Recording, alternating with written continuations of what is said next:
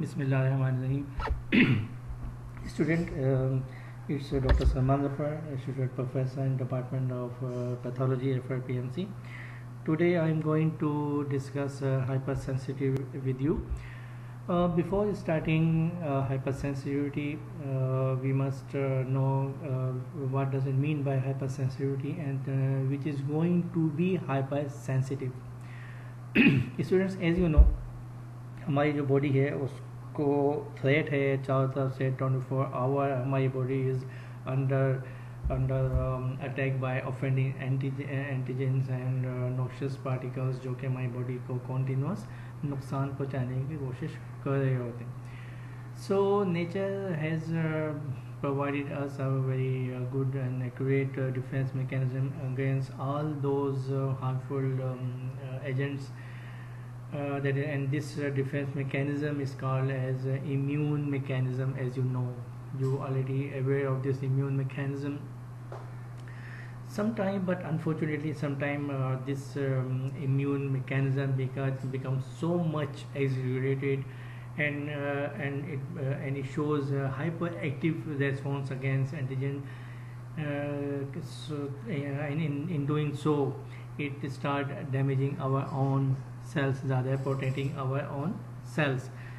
So hypersensory reactions को अगर मैं define करना चाहूँ तो कुछ ऐसा कर सकता हूँ कि it is a state of exaggerated immune response to an antigen. यानी हमारी बॉडी का जो immune mechanism है वो किसी भी एंटीजन का नॉर्मल के बजाय उसका exaggerated या उसे बढ़ा कर या उसको हाइपर एक्टिव होकर उसको रेस्पॉन्स दे रहा है. इस कंडीशन को हम लोग कहते हैं हाइपर सेंसिटिविटी रिएक्शंस, या दूसरे अल्फाज में hyper sensitivity reactions are harmful antigen specific immune responses occur when an individual who has been primed by an innocuous antigen subsequently encounter the same antigen produce tissue injury and dysfunction. या दूसरे अल्फाज में hyper sensitivity एक ऐसा harmful antigen specific immune response होता है जिसके अंदर इन कोई भी इंडिविजुअल पहले एक्सपोजर उसको हो चुका होता है, उसके बाद जब उसको दूसरा एक्सपोजर उसी सेम एंटीजन का कुछ ऐसे के बाद होता है तो हमारी तो बॉडी की इम्यून सिस्टम जो है ना वो बहुत ज़्यादा एग्जीक्यूटेड एक बहुत ज़्यादा हाइपर एक्टिव रेस्पॉन्स शो करने लगती है. And this condition is called as hyper sensitivity. अब ये हाइपर सेंसिटिविटी का जो मैकेनिज्म होता है इम्यून सिस्टम का या उसका जो ये रेस्पॉन्स है ये हमारी बॉडी को प्रोटेक्शन देने के बजाय हमारी बॉडी को डैमेज कर. इस हाइपर सेंसिटिविटी स्टेट से जितनी भी हाइपर सेंसिटिविटी की कंडीशंस हैं डिजीज़ हैं उनको 1963 में क्लासीफाई किया गया था into 4 types.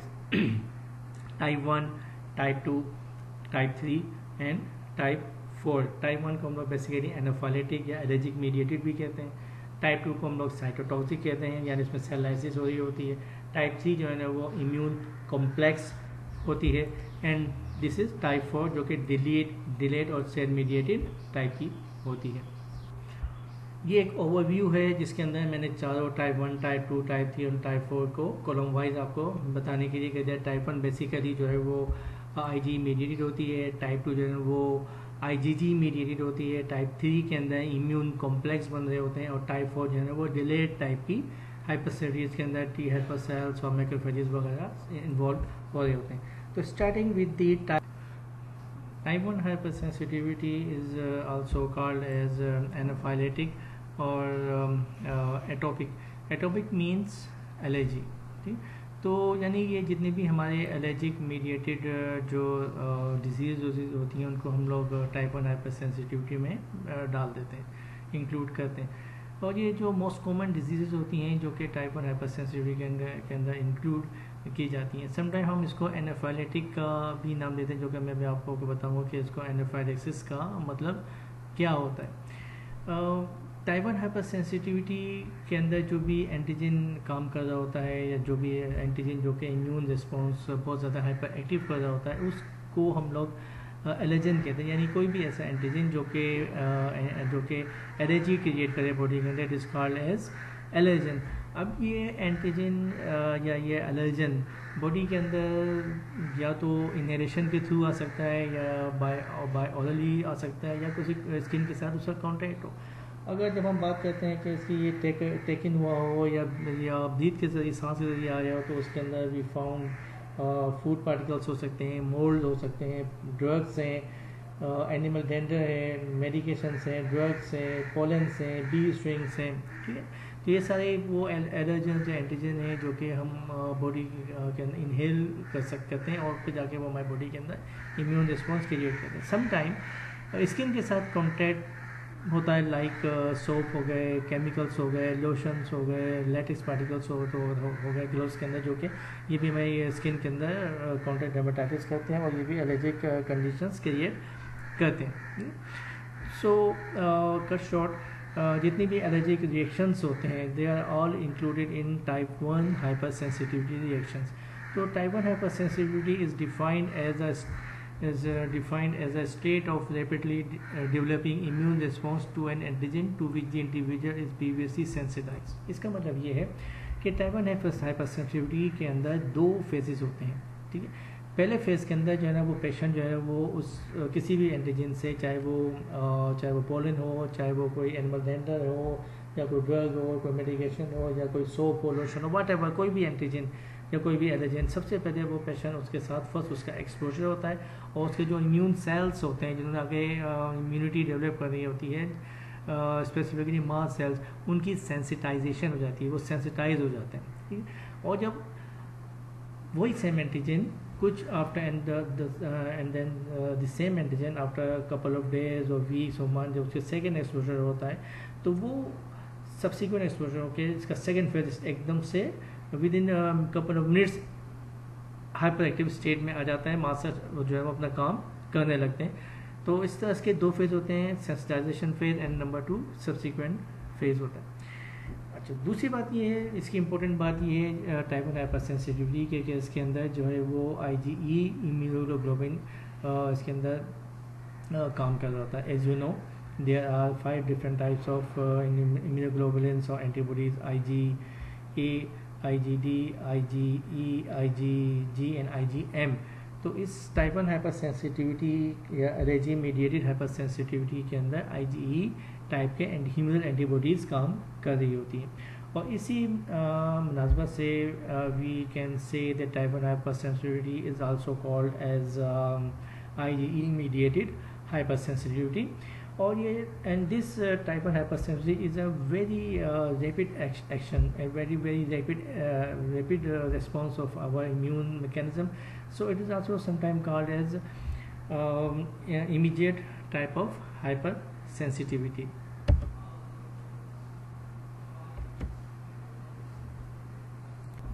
Now this is the mechanism of type 1 hypersensitivity, how type 1 hypersensitivity works. Now this is the picture.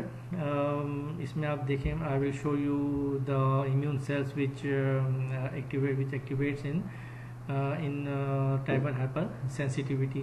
इसमें ये एंटीजन प्रेजेंटिंग सेल्स होते हैं, helper naive T helper cells होते हैं, हेल्पर T2 सेल्स होते हैं, B सेल्स हैं and plasma cells हैं, IgE look and these antibodies, mast cells and these recruited eosinophils and basophils। ये सारे के सारे सेल जो है ना वो इस टाइप 1 हाइपरसेंसिटिविटी के अंदर अपना अपना रोल प्ले कर रहे होते हैं।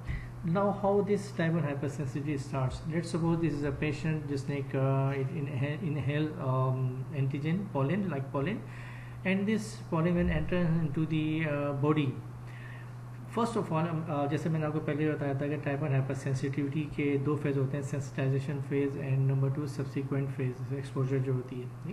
तो पहला फेज स्टार्ट हो गया यहाँ से, जैसे ये पोलन अंदर आया, this antigen of pollen is engulfed by antigen presenting cells, and these antigen presenting cells are nothing but dendritic cells and macrophages. These dendritic or macrophages or antigen presenting cell, they present this antigen with the help of this receptor to the naive T helper cell, and along with the help of this interleukin 4, ये interleukin 4 का काम क्या होता है कि ये इस helper T cells को अच्छा ये सारा काम जो है ना ये लिम्फ नोड के अंदर होता है। APC जो है ना ये इस सेल को लेकर लिम्फ नोड के अंदर जाती है, जाके टी हेल्पर सेल या नाइव टी हेल्पर सेल उसका वेट कर रहा होता है, ठीक है।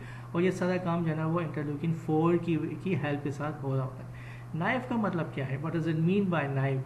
नाइफ का वर्ड हम उसको यूज़ कर रहे होते हैं कि यानी कि ये वो टी हेल्पर सेल है जिसके अंदर एंटीजन को पहचानने की सलाहियत है, लेकिन अभी तक उसका एक्सपोजर ना हुआ हो, ठीक है। लेकिन जैसे ही इस टी हेल्पर सेल का एक्सपोजर एंटीजन के साथ हो जाएगा तो अब हम उसका यहाँ से नाइफ का वर्ड हटा देंगे और ये बिकम्स एक्टिव और helper two T cell, TH2 cell कहलाना शुरू हो जाएगा, ठीक है। ये टी हेल्पर 2 सेल या TH2 सेल, ठीक है, this is lymphocyte and called as TH2 lymphocyte. ये TH2 हेल्पर T2 लिम्फोसाइट जो है ना, ये एंटीजन को प्रेजेंट करेगा और ये विद द हेल्प ऑफ इंटरलूकिन 4 ये बी सेल को एक्टिवेट करेगा, ठीक है ना। और इस बी सेल को एक्टिवेट करने के बाद इस बी सेल की क्लास स्विचिंग कर देगा। नॉर्मली बी सेल जो है वो IgM और IgG ज़्यादा क्वांटिटी में बना रहे होते हैं, but in this condition there's a class switching and these B cells and plasma cells now start producing IgE antibody,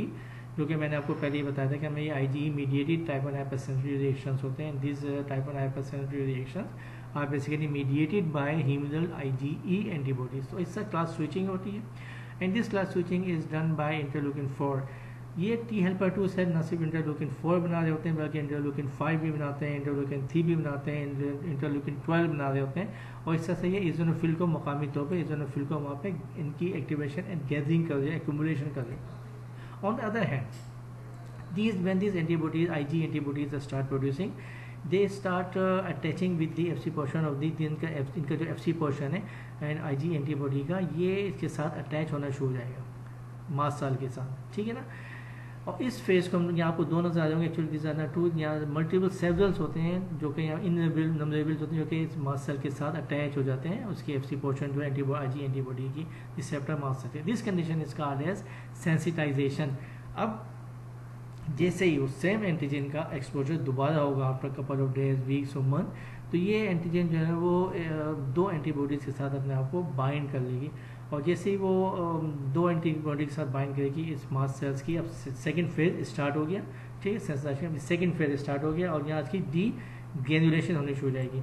जैसे ये डी ग्रेनुलेशन होगी तो ये जो है ना यहाँ से enzymes pro inflammatory molecules release करना शुरू कर देगा, चीमोटैक्टिव फैक्टर्स रिलीज करना शुरू कर देगा और जो मोस्ट इम्पॉर्टेंट प्रो इन्फ्लेमेटरी जो मीडिएटर है वो उसके अंदर हमारा हिस्टामीन आता है और साथ साथ इजोनोफिलिक चीमोटैक्टिव फैक्टर्स बेसोफिल्स वहाँ एक्यूट होने शुरू जाएंगे और हिस्टामीन बेसिकली वहाँ रिलीज होने लगती है।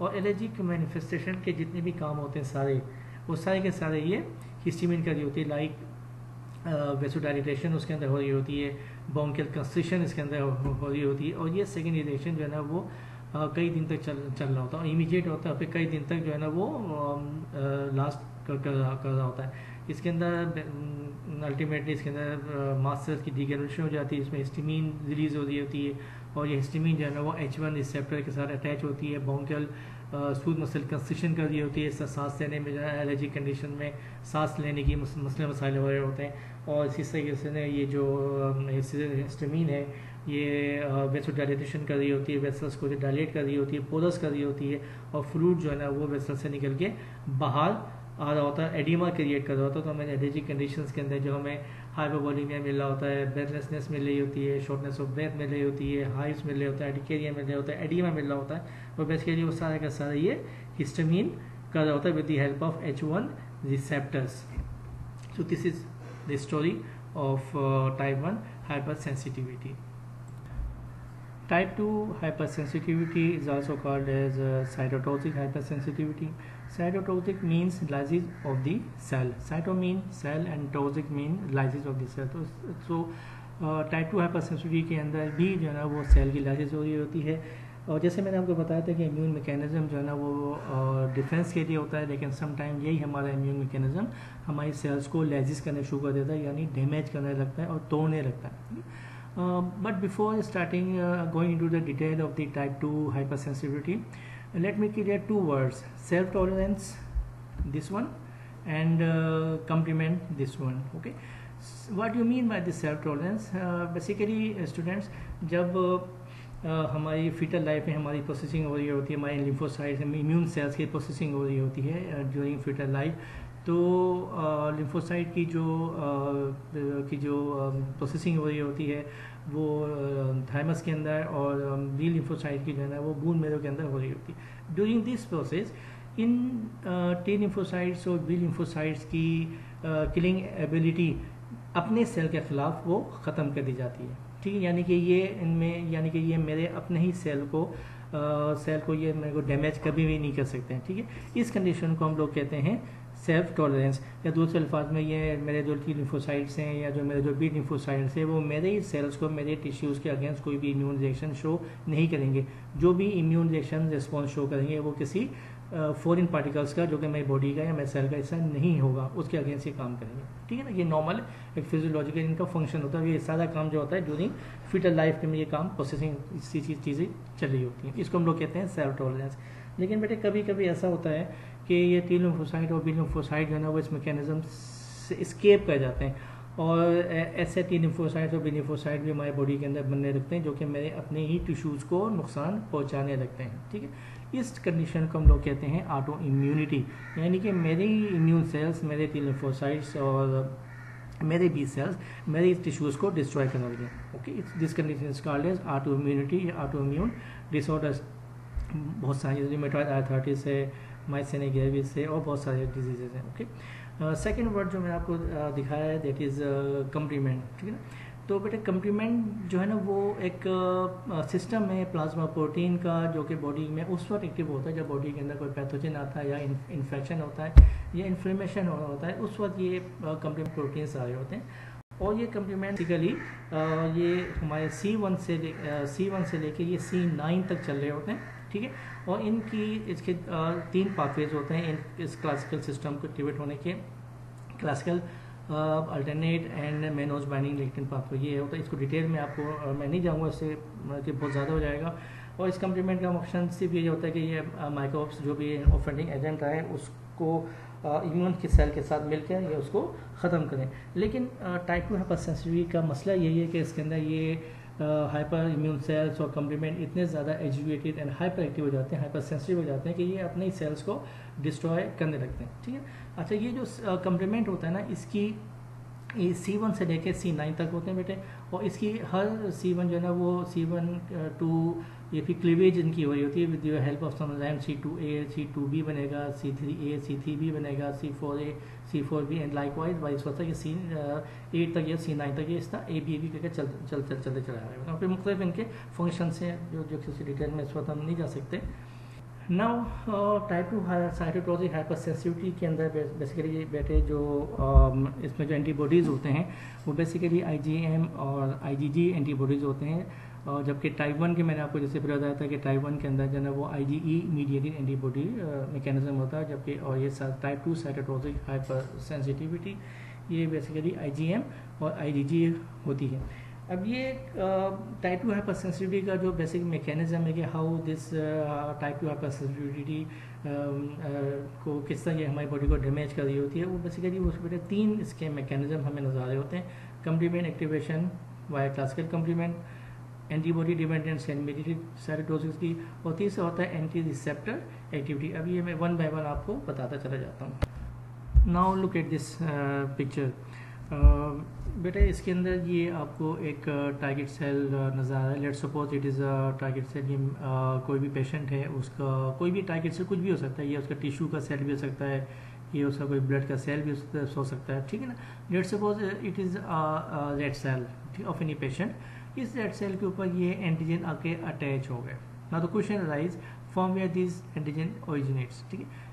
टाइप 2 हाइपरसेंसिटिविटी के अंदर एंटीजन जो है ना वो बेटे 2 तरीके से आ सकते हैं, या तो वो सेल का अपना ही सेल एज अ होल, या सेल का अपना ही कोई पार्ट जो है ना वो एबनॉर्मल हो जाए और they start functioning as a antigen, या पेशेंट ने कोई ऐसी ड्रग ली हो, कोई मेडिकेशन लिया हो, उसके पार्टिकल्स आके सेल के साथ अटैच हो गए हो। यहाँ हम कह सकते हैं कि ये रेड सेल है और इस पेशेंट ने हो सकता है इस पेशेंट ने लेट्स सपोज इस पेशेंट ने पेनिसिलिन ली, ठीक है। अब वो पेनिसिलिन के पार्टिकल जो आके इसके साथ रेड सेल के साथ अटैच हो गया, ठीक है ना। तो ये आपने देखा इसकी रेड सेल की सरफेस के ऊपर ये एंटीजन अटैच, जैसे ये एंटीजन अटैच होंगे they start behaving foreign particles, और इम्यून मैकेनिज्म जो है ना वो स्पेशल इस पर्सन का इम्यून मैकेनिज्म उसको ख़त्म करने की, एलिमिनेट करने की कोशिश करेगा। फ़ौरन IgG IgM प्रोटेक्शन की एंटीबॉडीज़ की प्रोटेक्शन एक्टिवेट हो जाएगी और ये IgG और IgM ये जो है या उनके FC पोर्शन जो है ये एंटीजन के साथ अटैच होने शुरू हो जाएंगी, उसका कोटिंग होनी शुरू हो जाएगी उस रेड सेल की, ठीक है ना। अब यहाँ तक होने के बाद अब यहाँ पर कम्प्लीमेंट का काम स्टार्ट हो जाएगा। मैंने आपसे पहले ही कहा था, बता चुका हूँ पिछली स्लाइड में कि इसके अंदर जो मेन टाइप 2 हाइपर सेंसिटिविटी के अंदर जो मेजर रोल है सेल लाइसिस का, वो कम्प्लीमेंट मीडिएटेड रिएक्शंस होते हैं, यानी कम्प्लीमेंट की वजह से बहुत ज़्यादा इसके अंदर लाइसिस हो जाते हैं। So how this complement works ना, तो जैसे ही ये कम्प्लीमेंट एंटीजन एंटीबॉडी या कम्प्लेक्स बनेगा, ये कम्प्लीमेंट को एक्टिवेट करना शुरू कर देगा। और यहाँ देखिए ये एंटीजन आया, एंटीजन ने जो एंटीबॉडी के साथ मिलकर एंटीजन एंटीबॉडी कम्प्लेक्स बनाया, ये टिश्यू सेल था, इस पर एंटीजन अटैच हुआ लाइक दिस, और उसके साथ ये IgG एंटीबॉडीज आगे कम्प्लेक्स बना, और जैसे इस एंटीजन एंटीबॉडी कम्प्लेक्स बनेगा ये C1 मॉलिक्यूल को एक्टिव कर देगा।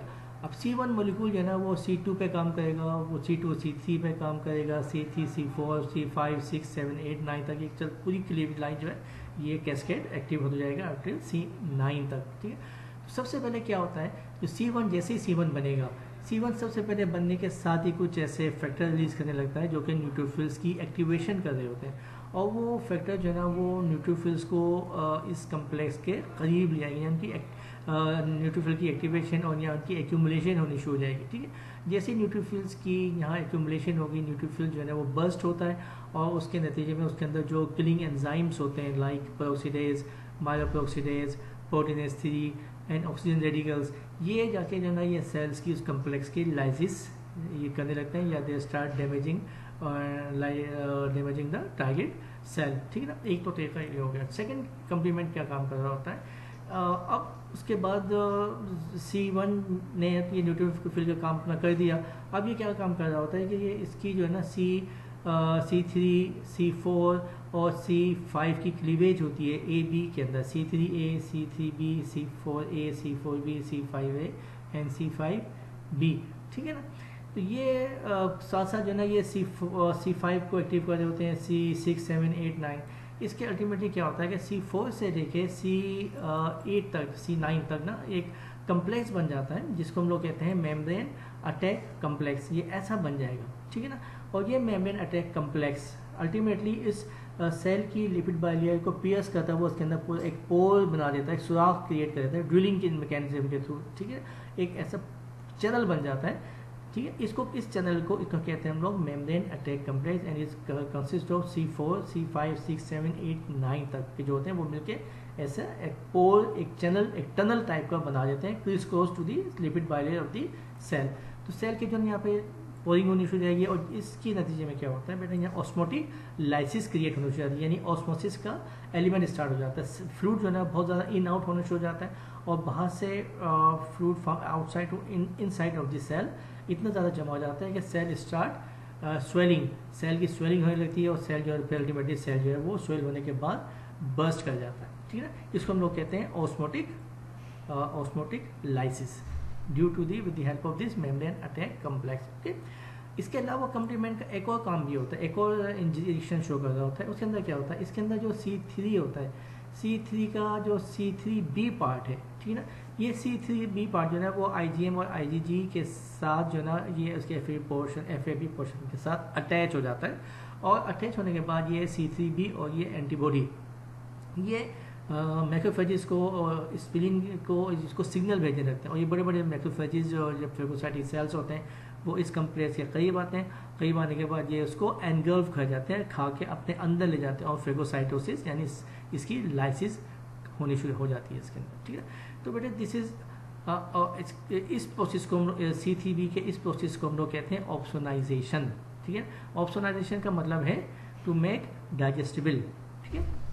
तो ये था सारा मैकेनिज्म आपका कि हाउ कम्प्लीमेंट जो है ना वो किस तरह से टाइप 2 के अंदर के ना डैमेज कर रहा होता है। दूसरा मैकेनिज्म जो लाइसिस का हमें मिल रहा होता है वो है cell mediated cytotoxicity like this, ठीक है ना। Now look at this picture, ये वही आप टारगेट सेल है जिसके ऊपर ये एंटीजन अटैच हो गए। अब इसके अंदर कम्प्लीमेंट नहीं आएगा, इसके अंदर क्या होता है, इसके अंदर जैसे कि एंटीबॉडी IgM और IgG इसके साथ अटैच हुई है तो इसके यहाँ मुख्तलिफ नेचुरल किलर सेल्स होते हैं, ठीक है ना। ये नेचुरल किलर सेल रिसेप्टर निकालते हैं और ये उसकी FEV पोर्शन के साथ अटैच हो जाते हैं। जैसे ही ये नेचुरल किलर सेल का इस एंटीबॉडी के साथ अटैचमेंट होगी, बाइंडिंग बॉन्डेज होगी, ये नेचुरल किलर सेल जो है कुछ ग्रेन्यूल्स निकाल रहे होते हैं कॉल्ड एज परफोरिन एंड ग्रा एंजाइम। ये देखें परफोरिन एंड ग्रा एंजाइम्स। ये परफोरिन का काम क्या होता है कि बिल्कुल जिस तरह से मेम्ब्रेन अटैक कॉम्प्लेक्स ने सेल के अंदर एक टनल नुमा एक चीज़ बना दी थी, ये परफोरिन जो है ना यहाँ से रिलीज़ होंगे, ठीक है, रिलीज़ हुए और आके इन्होंने यहाँ सेल के होके यहाँ पे ये पोर्स और टनल बना लेते हैं मुख्तलिफ टाइप सेवरल, बहुत सारे जो यहाँ पे छोटे बड़े टनल्स बनने शुरू हो जाएंगे और उनकी और साथ साथ उसकी से क्या होता है कि न सिर्फ फ्लूइड इन पोर्स के जरिए सेल के अंदर जमा होना शुरू हो जाता है, बल्कि जो ये एंजाइम्स हैं ये they are very killing enzymes. इनके अंदर एंजाइम्स होते हैं, किलिंग पावर होती है। ये इन पोर्स के थ्रू पानी के साथ साथ वाटर के साथ साथ ये इसके अंदर सेल के अंदर एंटर हो जाते हैं। एंटर होने के बाद ये उसको एक एपोप्टोसिस का मैकेनिज्म होता है, सेल की डेथ का एक मैकेनिज्म है एपोप्टोसिस, इसकी डिटेल में आपको बाद में पढ़ेंगे। ये मैकेनिज्म स्टार्ट हो जाता है और सेल की डेथ एंड सेल की लाइसिस हो जाती है। लाइकवाइज बहुत सारे सेल मैक्रोफेजेस इसके साथ अटैच हो जाते हैं, वो भी अपने एंजाइम रिलीज कर रहे होते हैं, इज़ोनोफिल आ जाते हैं। और तो सारे ये नेचुरल किलर सेल्स, इज़ोनोफिल्स, न्यूट्रोफिल्स और मैक्रोफेजेस ये सारे के सारे एंटीबॉडी डिपेंडेंट सेल मेडिएटेड साइटोटॉक्सिस के मैकेनिज्म को एक्टिवेट करते हैं और सेल की इस तरह से टाइप 2 के अंदर लाइसिस होने शुरू हो जाती है। तीसरा जो बेटा जो थर्ड मैकेनिज्म है टाइप 2 हाइपर सेंसिटिविटी का साइटोटॉक्सिसिटी का, वो है that is abnormal physiological response without cell या टिश्यू इंजरी। इसके अंदर जो है ना वो डायरेक्ट जो है ना सेल के या टिश्यू की इंजीनियरिंग हुई होती है, ज़्यादा ये डिस्फंक्शन क्रिएट कर रहा होता है सेल के अंदर। इसमें ऐसा होता है लाइक फॉर एग्जांपल एक डिजीज है कॉल्ड एज माइस्थेनिया ग्रेविस। इसके अंदर क्या होता है कि जो एंटीबॉडीज़ इसके अंदर जो बने हुए हैं वो एंटीबॉडीज़ जो है ना वो एसिटाइलकोलिन रिसेप्टर के साथ अटैच हो जाते हैं, बाउंड कर जाते हैं। और इस के नतीजे में क्या होता है कि जो रिसेप्टर से नर्व एंडिंग से जो एसिटाइलकोलिन रिलीज़ हो रहा होता है वो इन रिसेप्टर के साथ अटैच नहीं हो पाता और नर्व की जो है वो इम्पल्स जो जनरेट हो रही होती है उसकी जो वो ख़त्म हो जाती है और मसल की ट्विचिंग ख़त्म हो जाएगी, मसल जो है वो पैरालिसिस हो जाता है, उसमें मसल्स के अंदर डिस्फंक्शन होना शुरू हो जाता है। एक और डिजीज़ है थायराइड के अंदर भी सेम ये स्टोरी ऐसी होती है। थायराइड के जो सेल्स होते हैं वो T3 and T4 बना रहे होते हैं with the help of this TSH receptor, यानी TSH और TSH जो है ना वो हाइपोथैलेमस से आ रहा होता है, वो रिसेप्टर के साथ अटैच होता है और फिर उनकी प्रोसेसिंग होती है, अल्टीमेटली थायराइड हार्मोन्स या T3 and T4 निकल रहे होते हैं। लेकिन समटाइम ऐसा होता है कि एंटीबॉडीज़ आके जो है ना वो आके जो वो रिसेप्टर के साथ अटैच हो जाते हैं और वो जस्ट लाइक TSH के तौर पर इसकी हाइपर एक्टिविटी कर देते हैं थायराइड सेल की, excessive amount of thyroid hormone बना रहे होते हैं, इस तरह उसका डिसफंक्शन हो जाता है। So this is a mechanism of all three mechanisms of type 2 hypersensitivity. This type 3 hypersensitivity is also called as immune complex hypersensitivity. This type of hypersensitivity is very important because pathogenesis of most of the autoimmune disorder comes under this type of hypersensitivity like SLE, Ghost-Rider syndrome, post-streptococcal glomerulonephritis, rheumatoid arthritis, and many more. All these autoimmune disorders comes give pathogenesis due to this type 3 hypersensitivity. This type 3 hypersensitivity is also called as immune complex. So what does it mean by this immune complex? In type 2 hypersensitivity, antigen always bind with the target cell, or it may be the part and parcel of the target cell itself. Okay? And then antibody comes and bind with that fixed antigen and start producing pathogenesis with help of complement. But in type 3 hypersensitivity, antigen is not fixed with the target cell, but it is moving freely into the circulation, and then it's called as a soluble antigen. And this freely circulating soluble antigen then binds with the antibody, and this complex of this antigen antibody is called as immune complex. And in type 3 hypersensitivity, this immune complex then get deposited as a whole into any site, any tissue of the body, and then it starts its pathogenesis, injury, and whatsoever.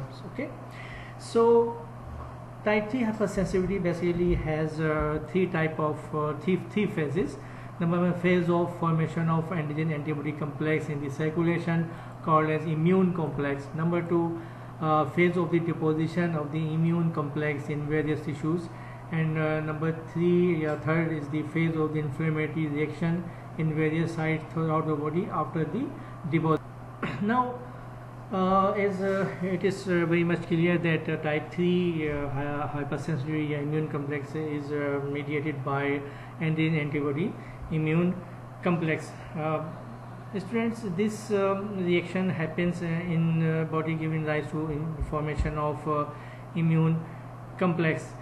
In the normal course, these immune complexes are normally removed by mononuclear phagocytic system through participation of RBCs. यानी it means है कि जितने भी ये immune complexes बन रहे होते हैं, बॉडी इनको रहने नहीं देती. Our body, human body try to get rid of these immune complexes through reticuloendothelial system or mononuclear phagocyte system, especially spleen and large macrophages.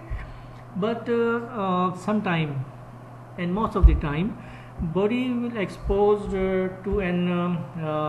maybe exposed to an excess of antigen in many conditions, such as persistent infection with a microbial organism, autoimmunity to self component, and repeated contact with environmental antigen. ठीक, तो यानी अगर बहुत minute quantity के अंदर ये immune complexes body के अंदर बनते हैं, तो हमारी बॉडी की जो रेटिकुलोएंडोथेलियल सिस्टम है, स्पेसिफिकली स्प्लीन और फिर मैक्रोफेजेस वगैरह, वो उसको क्लियर कर देते हैं सर्कुलेशन से. लेकिन समटाइम अगर परसिस्टेंट इन्फ्लेमेशन हो, इन्फेक्शन हो, और ऑटोइम्यून का प्रोसेस जो है वो या ऑटोइम्यूनिटी या ऑटोइम्यून डिसऑर्डर कॉन्टीन्यूस प्रिवेल करे बॉडी के अंदर, या there is repeated contact to environmental agent से, इस तरीके से क्या होता है, या इस during this way the clearing capacity जो द सिस्टम होते हैं RES रेटिकुलोएंडोथेलियल सिस्टम की जो क्लियरिंग कैपेसिटी है वो ओवरकम कर जाती है. और उसकी वजह से क्या होता है कि ये इम्यून कम्प्लेक्सेस या एंटीबॉडी के जो ये इम्यून कम्प्लेक्सेस बने सर्कुलेशन में, ये सर्वाइव कर जाते हैं.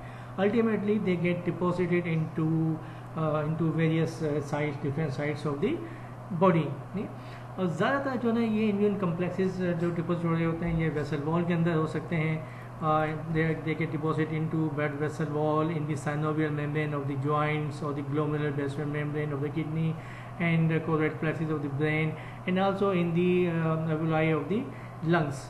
ठीक है, वहाँ डिपॉजिट होने के बाद फिर इनका तीसरा फेज आता है, वहाँ से फिर ये अपनी इन्फ्लेमेशन का प्रोसेस करना शुरू कर देते हैं. ठीक है ना.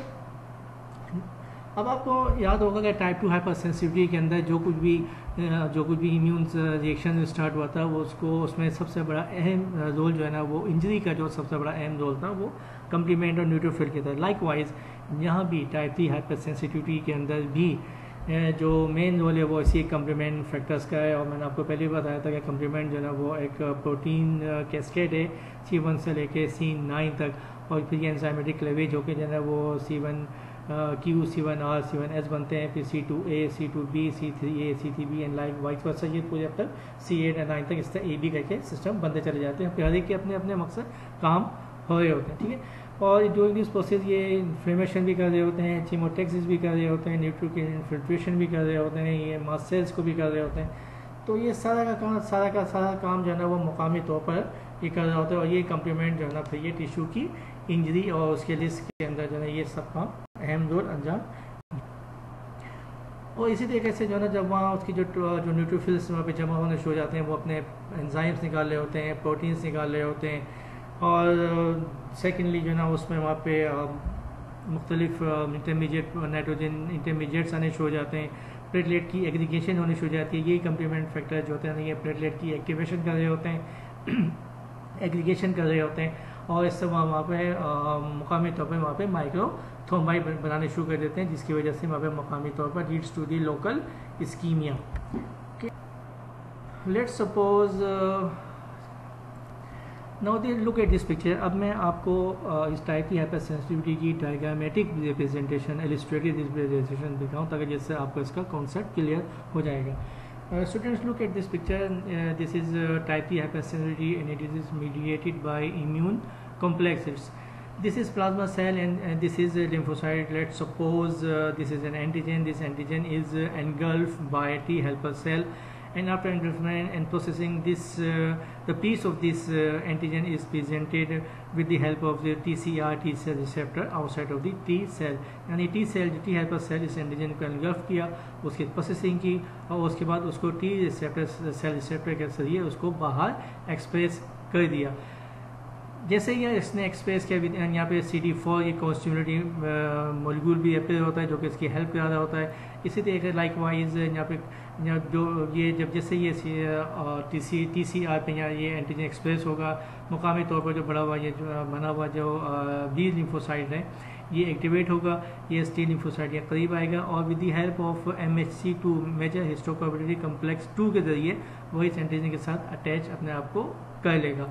साथ साथ एक को स्टिमुलेटिंग मॉलिक्यूल भी निकल रहे होते हैं. बी लिम्फोसाइट CD40 निकाल रहा होता है, और CD40 लिम्फोसाइट ये CD40 लाइजेंड निकाल के आपस में मर्ज कर जाता है. इससे ये इसकी बॉन्डेज को हेल्प कर रहे होते हैं. ओके, नाउ अब क्या होगा कि जैसे ये बी लिम्फोसाइट जो है ना वो इसके साथ अटैच हुआ एंटीजन के साथ with the help of this MHC2 major histocompatibility complex 2 के साथ, ये टी लिम्फोसाइट जो है ना वो साइटोकाइंस रिलीज करेगा मुख्तलिफ, और ये साइटोकाइंस बी लिम्फोसाइट को मजीद एक्टिवेट करेंगे और दूसरे बी लिम्फोसाइट्स को यहाँ पे गैदर करना शुरू कर देंगे. And now this ultimately what happens, हमें यहाँ पे ये मिलता है कि जैसे ये सारा प्रोसेस होता है, सारा प्रोसेस यहाँ पे क्लास स्विचिंग होनी शुरू हो जाती है. ठीक है, और ये B lymphocyte instead of forming IgM की फॉर्मेशन की स्टॉप हो जाती है, और ये IgG की फॉर्मेशन एक्सिस अमाउंट में करना शुरू कर देता है. Now look at this picture. This is a very good representation of type 3 hypersensitivity pathogenesis. How type 3 cause damage of the cell. Student, let's suppose that this is an antigen. It is a freely moving soluble antigen, and it might comes either from foreign particle हो सकता है, या ये body का कोई autoimmune disorder हो, कोई body का कोई पार्ट जो है वो सेल्फ से नॉन सेल्फ हो गया और start behaving antigen. Ultimately whatever, whether ये एक्सट्रिंसिक है या इंट्रिंसिक है, it freely moves into the circulation और called as soluble antigen.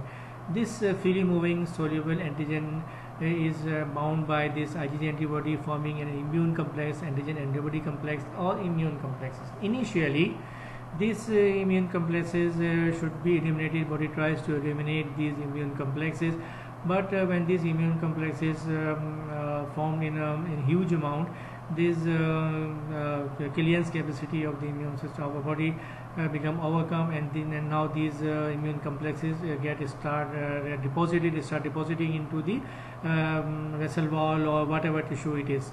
Once these immune complexes deposited, they immediately start forming or immediately activate complement factors. मैंने आपसे पहले कहा था कि complement जो है ना वो कैस्केड है, प्रोटीनेस कैस्केड्स है C1 से लेके C9 तक.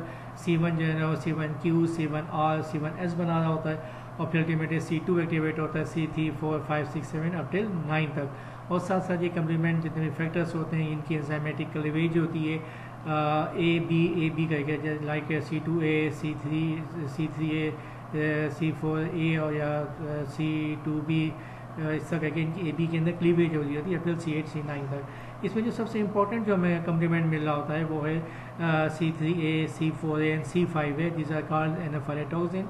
ये C3A, C4A और C5A ultimately start gathering accumulating mast cells over here, और ये मास सेल्स जो है ना वो अल्टीमेटली रिलीज़ करते हैं हिस्टामिन को बर्स्ट होने के बाद, और हिस्टामिन जो है ना वो H1 रिसेप्टर के साथ अटैच हो गए अपनी वो अपने फंक्शन करने के specifically they start increase vascular permeability of fluid जो है वो इन आउट होने लगता है. ठीक है, Likewise, साथ साथ C5A और C3B they works as they function as chemotactic for neutrophils.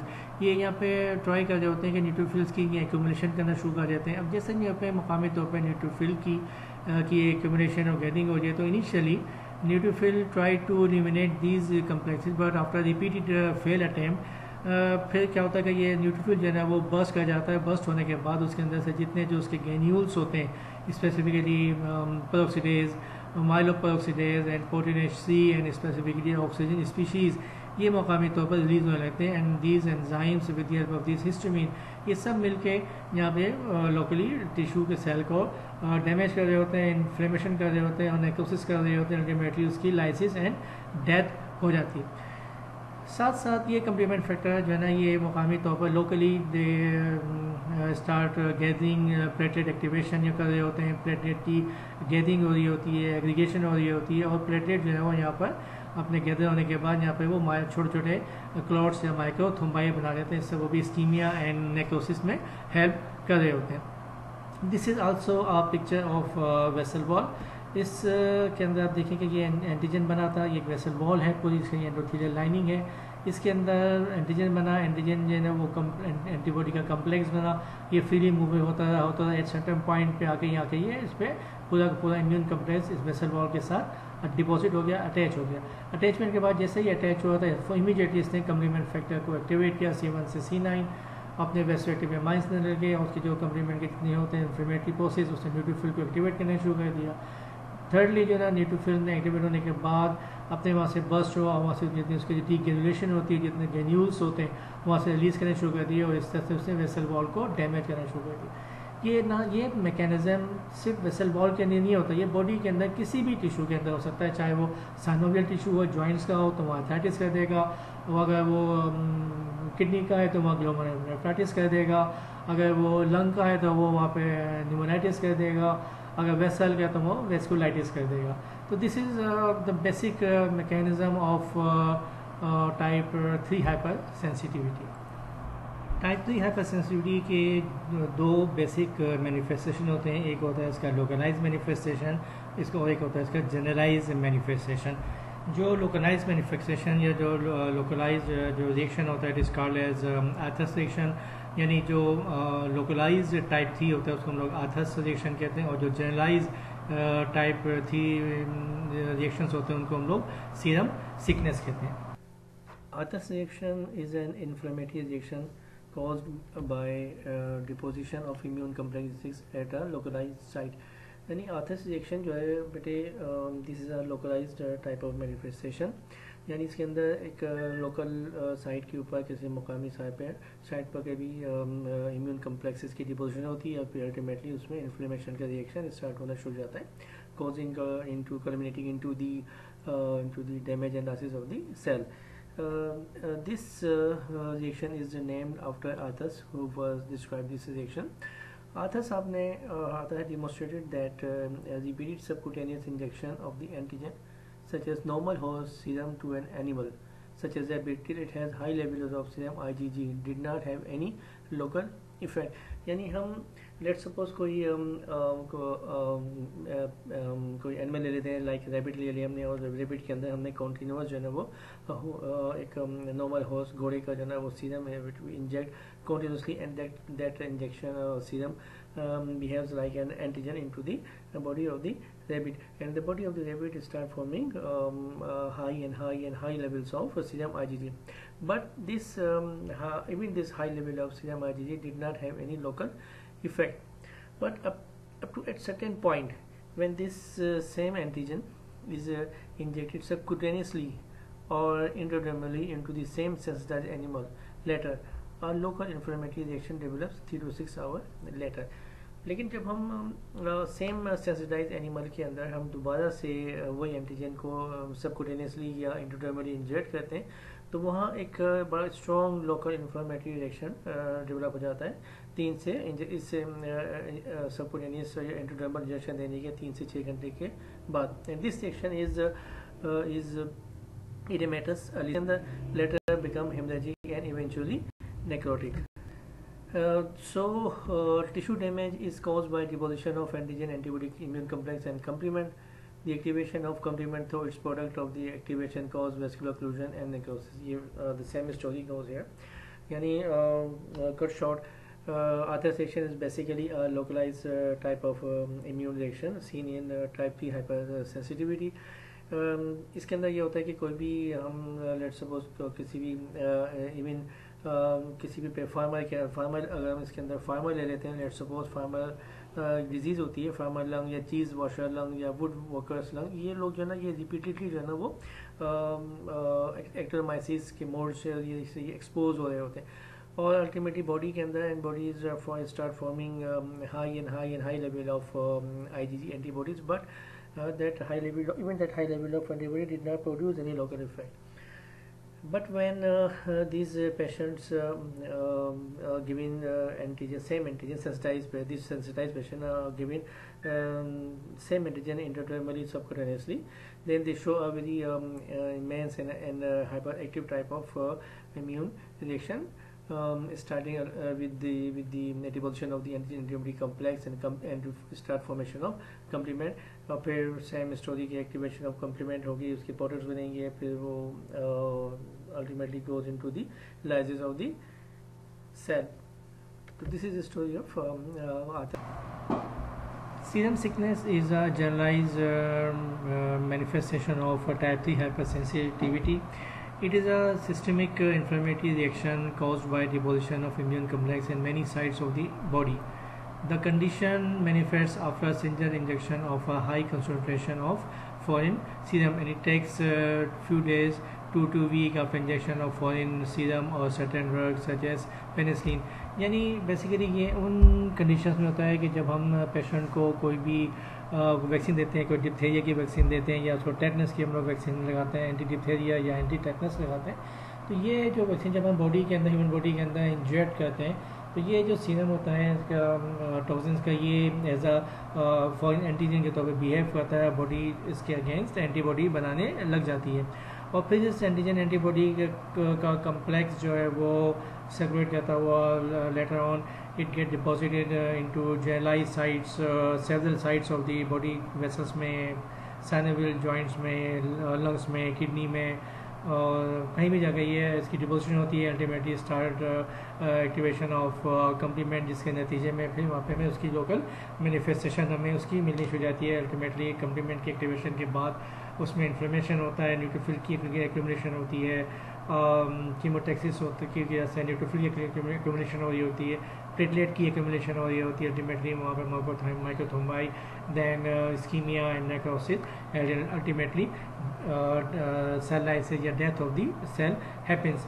इसमें हमें पेशेंट को फीवर मिलेगा, लिम्फोडेनोपैथी मिलती है, रेशेस मिल जाते हैं, arthritis, splenomegaly, eosinophilia, and this disease is self limited and it clears without any secure. Okay, this is all about type 3 hypersensitivity. So these are the few examples of type 3 hypersensitivity. Basically, number 1, autoimmune disease like systemic lupus erythematosus, SLE, rheumatoid arthritis, Gush-Speicher syndrome, and second is drug reaction allergies to penicillin and sulfonamide. And regarding infectious disease, there are post-streptococcal glomerulonephritis, meningitis, hepatitis, mononucleosis, infectious mononucleosis, malaria, and trypanosomiasis. These are the few of the examples of the immune complex mediated disorders. Type 4 hypersensitivity is also an important group of hypersensitivity reactions. But students, before going into the detail of type 4 hypersensitivity, I must remind you that there are 4 types of hypersensitivity, 1, 2, 3 and 4. And type 4 hypersensitivity is almost different from other hypersensitivity in mechanism and in pathogenesis. As you know, type 1, type 2 and type 3 hypersensitivity are induced by humoral antibodies. I mean to say that type 1 is mediated by IgE humoral antibody, type 2 and type 3 are mediated by IgM and IgG humoral antibodies along with the complement and other immune complexes. But as far as concerned with type 4 hypersensitivity, type 4 is not mediated by any antibodies or humoral. It is entirely mediated by T lymphocytes, and T lymphocytes which are processed in thymus, and that's why Type 4 hypersensitivity is also called as cell-mediated hypersensitivity. And one thing more, I must add that type 1, type 2 and type 3 are a little bit immediate type of hypersensitivity, but in type 4 the full immune response happens to be occur after a delay of 2 or 3 days. That is why it is also called as delayed type of hypersensitivity. As I say, type 4 hypersensitivity is mediated by T lymphocytes. So they are basically two type of T lymphocytes which are involved, and that is number one CD4 T helper cells, and CD8 plus T cell, also called as cytotoxic T helper cells. That's why it is called as T cell mediated hypersensitivity. CD4 T lymphocyte, also called as hyper T lymphocyte, are basically mediated involved in autoimmune disorders, and CD8 or cytotoxic T lymphocytes predominantly act against viral infection, tumor cells, and graft. Now the mechanism of DTH or delayed type hypersensitivity, or the pathogenesis of type 4 hypersensitivity. Before starting, I must say that there are basically these are the cells which are basically involved in type 4 hypersensitivity. Number one, CD4 plus T helper cells, CD8 plus cytotoxic cells, macrophages, and other APC cells like dendritic cells and Langerhans cells. And this as I say, there are two type of T lymphocytes which are involved, CD4 and CD8. So the mechanism of both CD4 and CD8 is a little bit different. As far as concerned as CD4 mediated T4 hypersensitivity or cytotoxicity, we have seen that there are two phases of this mechanism. Pathogenesis of CD4 comprises of two phases. Number one, sensitization phase, and second is the effector phase. So the delayed type hypersensitivity, specifically CD4 type of DTH response, begin with an initial sensitization phase of 1 to 2 weeks after primary contact with an antigen. T helper 1 subtype CD4 are the cell activated during the sensitization phase. A variety of antigen presenting cells like dendritic cells and Langerhans cells and macrophages have been seen to be involved in the activation of DTH, as I already told you. These cells are believed to pick up the antigen and enter through the skin and transport it to the regional lymph node where T cells are activated by the antigen. यानी ये जो APC sales होते हैं ultimately उस antigen को pick कर लेते हैं और उसको फिर ये वहाँ से लिम्फ नोड्स के अंदर लाके छोड़ देते हैं. वहाँ से फिर ये लिम्फ नोड्स के अंदर जो टी सेल्स होती है बाकी काम फिर अपना टी सेल जो है ना वो एक्टिव होने. इसके बाद क्या होता है, then specific MHC class 2 alleles are recognized to produce excessive immune activation to the antigen. Now on subsequent exposure of the antigen, the effector phase is stimulated. इसमें ऐसा होता है कि जब जैसे ही एंटीजन जो एंटीजन प्रेजेंटिंग सेल जब उसको एनगल्फ कर लेते हैं प्रोटीन को एंटीजन को, तो उसको फिर वो उसको MHC2 मेजर हिस्टोकोप्रोटीन कम्प्लेक्स 2 के जरिए उसको बाहर एक्सप्रेस करते हैं. फिर वो उस MHC क्लास 2 मॉलिक्यूल को और उस एंटीजन को लिम्फ नोड्स के अंदर पहुंचाया जाता है. अलॉन्ग विद APC वहाँ चला जाता है, लेकिन वहाँ जाकर लिम्फ नोड टी सेल जो है ना उस MHC2 और एंटीजन के कम्प्लेक्स को रिकॉग्नाइज करता है और वहाँ से फिर वो मुख्तलिफ काम अपने शुरू कर देता है. The T helper 1 cell are responsible in secreting a variety of cytokines that recruit and activate macrophages and other non-specific inflammatory cells. फिर ये T helper 1 cell after sensitization जो है ना ये अपने मैक्रोफेजेस को और मुख्तलिफ को रिलीज़ करते हैं. वहाँ से मैक्रोफेजेस जो है डिफरेंट साइटोकाइंस रिलीज़ कर रहे होते हैं. मैक्रोफेजेस और ये हेल्पर सेल और दूसरे नॉन स्पेसिफिक इन्फ्लेमेटरी सेल्स को. This response is marked only after 2 days of the second exposure. ये सेकेंड एक्सपोजर के बाद जाकर ये क्लियर होता है. Generally, the pathogen is cleared rapidly with little tissue damage. However, in some cases, specifically if the antigen is not easily cleared, a prolonged DTH response can itself become destructive to the host as the intense inflammatory response develop into a visible granulomatous reaction. होता ही है कि generally जो है ना वो pathogen को clear कर दिया जाता है बहुत कम, और इस नतीजे में बहुत कम टिश्यू का डैमेज होता है। लेकिन समटाइम ऐसा होता है कि एंटीजन जो है ना वो बहुत ज़्यादा स्ट्रॉन्ग होता है, वो इतना आसानी के साथ जो है ना वो क्लियर नहीं होता। तो डिलेड टाइप हाइपर सेंसिटिविटी का एक बहुत प्रोलॉन्ग रेस्पॉन्स मिल जाता है इसके अंदर। मैक्रोफेजेस, इन्फ्लेमेटरी सेल्स एक बहुत ही प्रोलॉन्ग टाइप का रिएक्शन शो कर रहे होते हैं।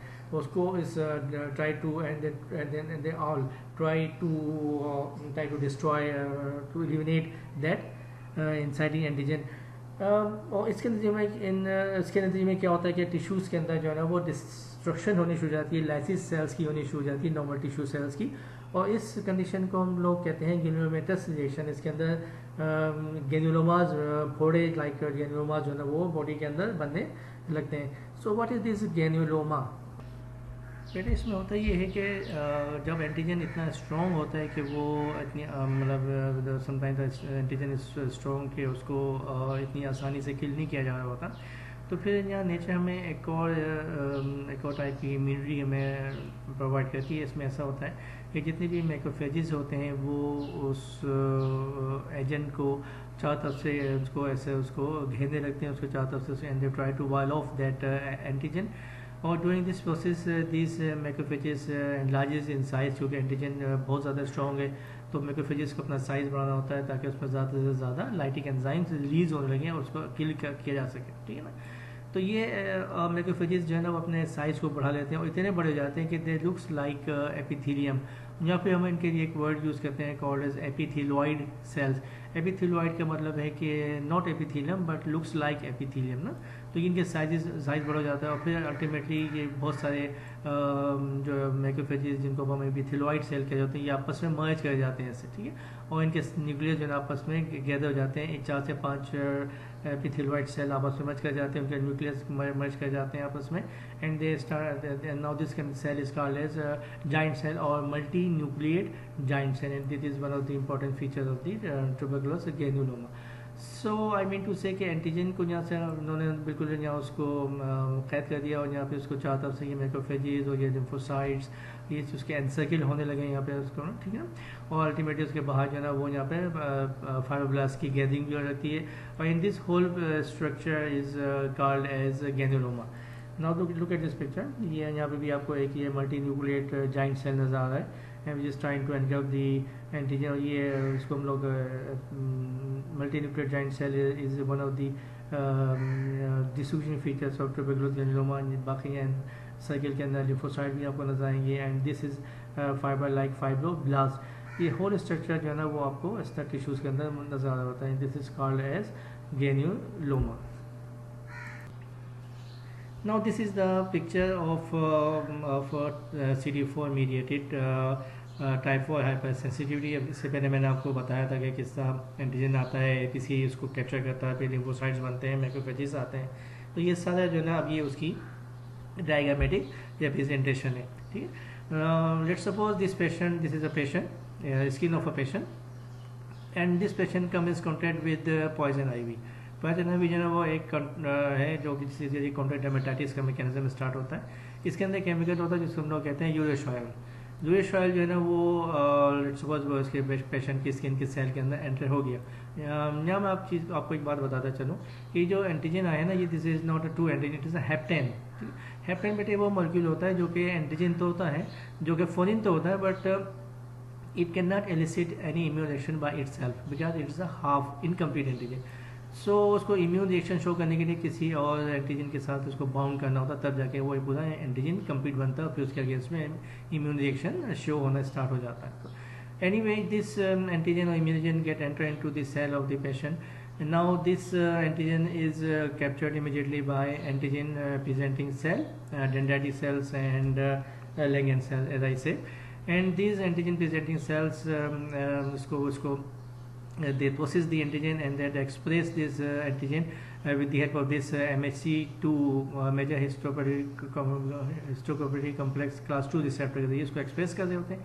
और इसकी पूरा का पूरा स्ट्रक्चर है किसी भी this MHC2 and antigen it gets enter into the lymph node लिफ नोड्स के अंदर वहाँ नाइव टी हेल्पर सेल होते हैं, वो नाइव टी हेल्पर सेल ये रिसेप्टर एक्सप्रेस करते हैं, ultimately they get bound with this MHC2 के साथ उनकी बाउंडेज होने शुरू हो जाती है। अब यहाँ पर दो काम होते हैं।